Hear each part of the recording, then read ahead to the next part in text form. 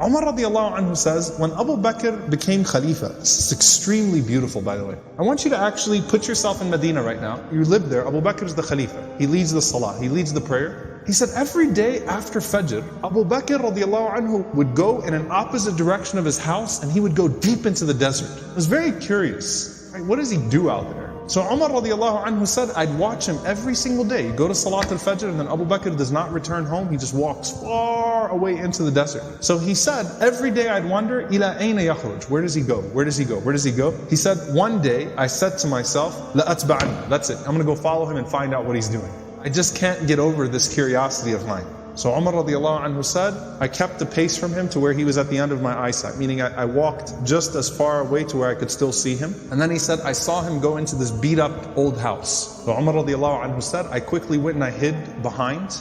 And he said, he spent a long time in there. It wasn't like a short amount of time. He spent a long time until after the sun was up, meaning it was getting hot. This is after Fajr, this is way past Duha, way past sunrise. And it got hot and then Abu Bakr radiallahu anhu left the home and he made his way back to Medina. He said, this is way out of the city of Medina now. This isn't even the city of Medina right now. Way out of the city of Medina. So Umar radiallahu anhu said, I waited until I could no longer see him, meaning he made his way back to Medina. And Umar radiallahu anhu said, I knocked on the door, okay? And he said, this woman opened the door. She was elderly, she was frail, she was blind, and there were a bunch of little kids running around, okay? So I said to her, Assalamu alaykum, ma sha'nukum ya amatullah. I said, peace be unto you. What is your situation, O servant of Allah? And she said that I am a blind woman, and I have no one to take care of me, and I also have these orphans with me. You know, and the implication, Allahu Alam, her kids died, left behind, these are her grandchildren, or these were orphans. Somehow, it's her, and it's some orphan children. And she says, I have no one to take care of me,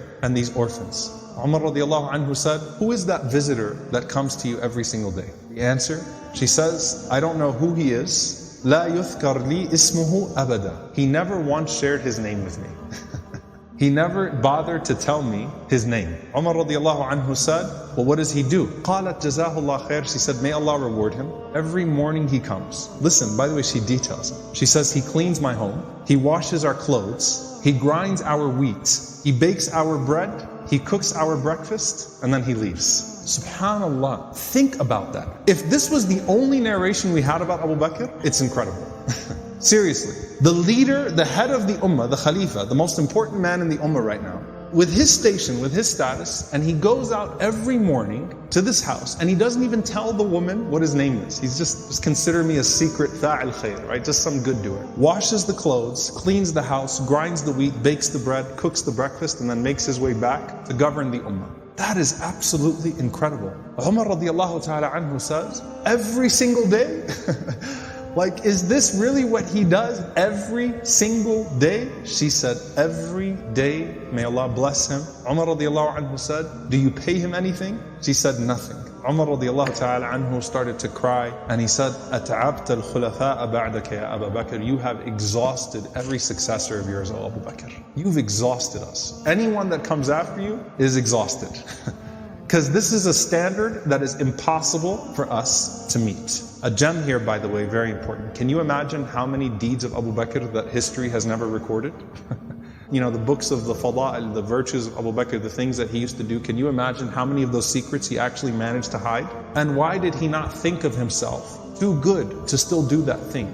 And by the way, a lesson for all of us. If you're someone who does some khair that everyone knows about, you better have some khair that only Allah knows about. Right? You better have some khair that only Allah subhanahu wa ta'ala knows about. And let it be an involved khair too. Okay? An involved form of good. Not just a secret charity. But this is something that has a spiritual reminder and effect on him too, right? Going and visiting this elderly woman and her orphans every single day.